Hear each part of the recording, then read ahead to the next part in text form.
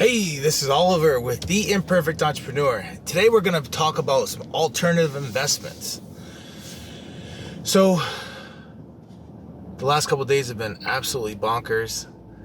They've been bonkers because we're getting ready to prep for the baby, and Lily is my little girl, man. But she just is like, she wants to be outside.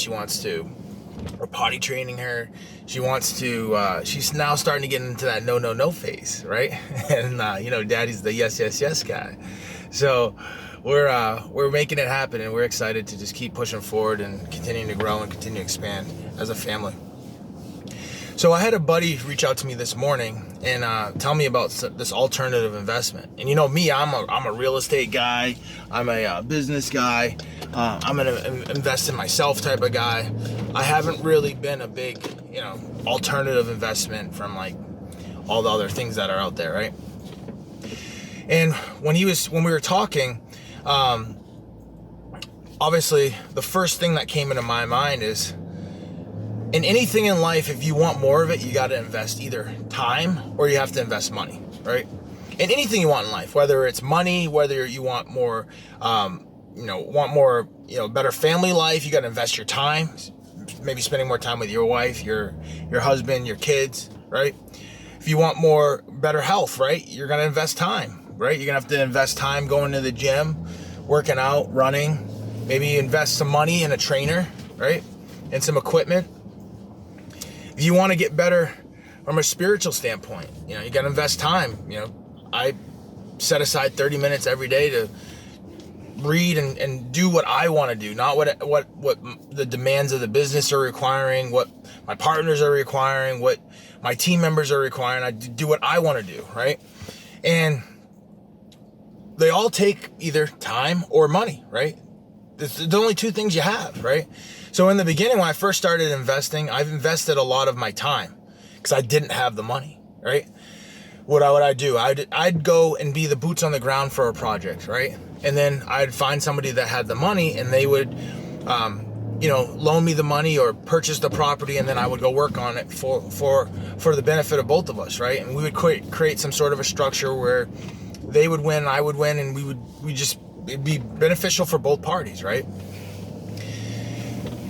So that was my first experience with investing. So I understand that you have to invest, but even to this day, it's like my friends telling me about this alternative investment, and immediately my mind is just like trying to shut off, right? It's like, oh, you don't do that type of stuff, Oliver. You stay focused on where you want to go, and I totally believe in that stuff.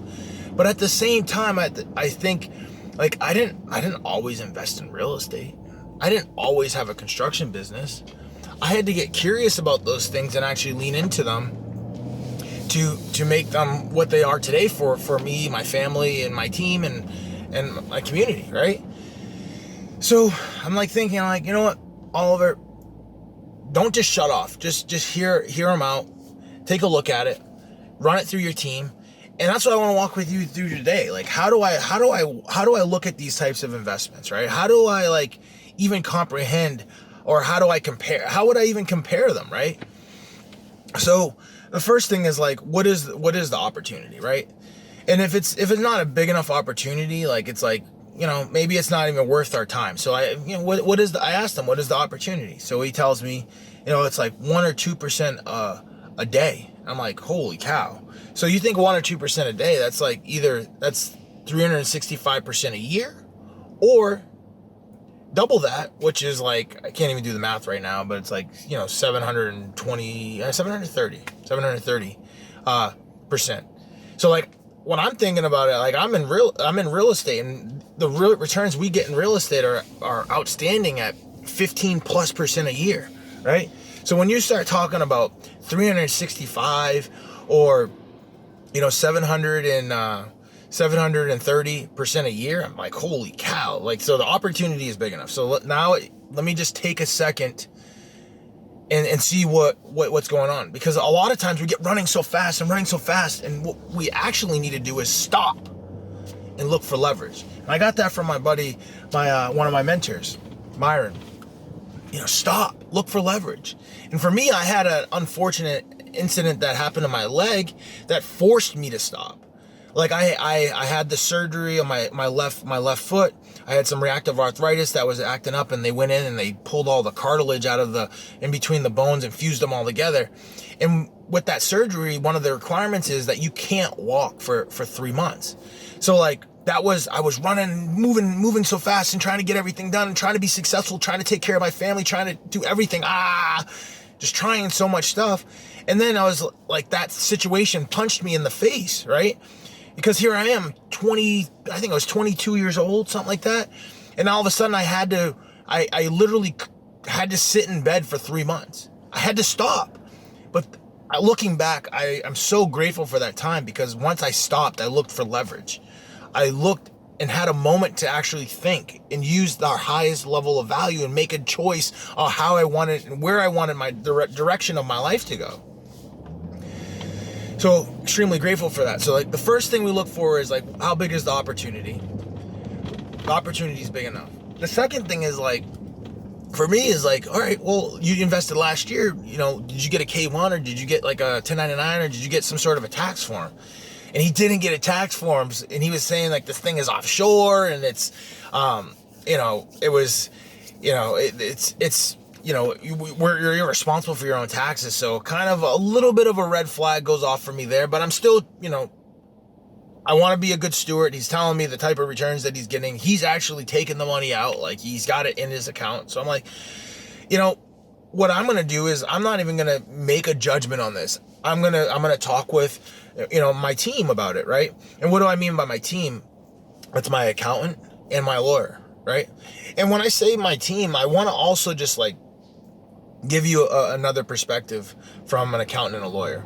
And this is not beating up at accountants and this is not beating up lawyers, but oftentimes accountants and lawyers are not good business people. So like there's a couple questions that you need to ask your accountant and your lawyer before you really start trying to take like investment advice, and what I mean by investment advice, meaning like whether or not you should or you shouldn't do it. Like the advice that I'm looking to get from my accountant and my lawyer is this legal? Yes or no? That's it. I don't want to hear anything else. I just want to know, is it legal? Yes or no?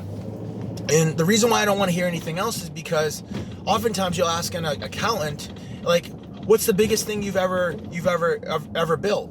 And then like they're just talking about their business where they're the only team member. They don't have any other team members on their team.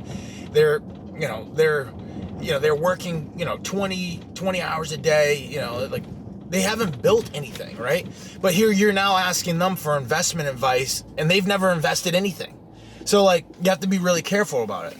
The second thing you want to ask your team member, because like sometimes people have built something big, right?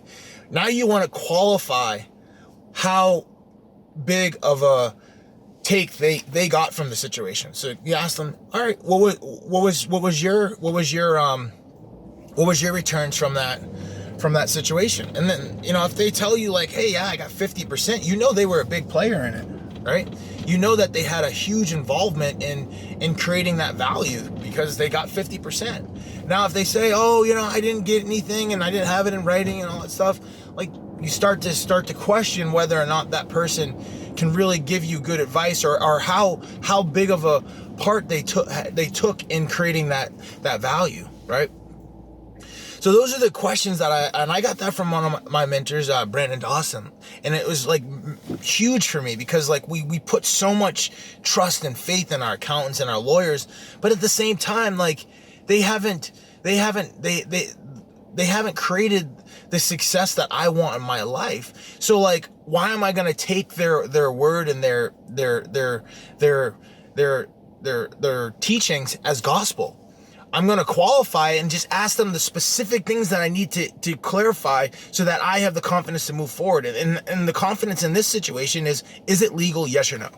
And if they say it's legal, I'd consider it, right? So we first look at returns. The returns were massive on this situation. I'm looking at 15+% a year stuff, and then like these returns are 3 to 700% returns, right? And then we want to verify and talk with our team about it, and then we want to just take everything from our team as gospel. We want to qualify, right? We want to make sure that we're getting information from people that can actually help us, and we want to ask very specific things, and we want to confirm that the people, and if they give us like any investment advice, whether or not you should or you shouldn't do it, you need to ask them what they've invested in. If they haven't invested in anything like that, like their advice typically is not going to be that great. And then the third and the final thing that I look at, it was like, what's the team that's doing this investment, right? Like, at the end of the day, you know, we put a lot of trust in people when we invest with them, right? Like, if this isn't a good person, you know what I mean? Then like, I'm out of the deal, right? Like, I don't want to be associated with people that are not good people. So the person has to be good, a good person. And, you know, one of the things you judge a good person by is not what the stands are talking, you know, because the stands are always talking, right? But like, what is their track record? What have they actually created? What have they done? What has their actions actually produced? And if their actions have produced things and they're good people, not with what you know the internet may be saying or whoever else may be, you know, saying stuff. It's just like, what is their actions actually producing? And if their actions are producing good things, like, you've checked all the boxes, you know, like. And that's the exact same research that I'm going to be doing today, because that the opportunity seems like a great opportunity. I mean, tremendous opportunity, something that better than I've seen a lot, you know. I mean, I actually, something better outside of myself. The investments that I've made in myself have gone up, you know, sometimes even 700% a year, you know. But like, from a financial investment standpoint, this is probably one of the better investments that I've ever heard of or seen or come across my desk, right? It doesn't take any of my time, so that's one of my requirements, right? So I'm definitely going to consider. I'm definitely going to look into it. I'm definitely going to dig into it. And those are the three things that I'm going to look at. Is the opportunity big enough? Yeah, the opportunity is big enough. I'm going to bring it to my team. Make sure it's legal, because I don't want to be involved in things that are illegal. Like, I got too much integrity in myself. I got too much integrity for my family. I got too much integrity for my team. Like, I don't want to get involved in that stuff, right? And then the number 3 is just like, we got to make stuff happen, right? We got to make stuff happen. And as we continue to make things happen, we're going to continue to grow, and we're going to continue to expand. We're going to continue to build our confidence. And by making things happen, you got to be around people that can actually make things happen. So is that person or the team that you're investing with, are they the real deal? Are they people that can make things happen? So with that, go out there and continue to build your life, continue to build your legacy, and stay plugged in.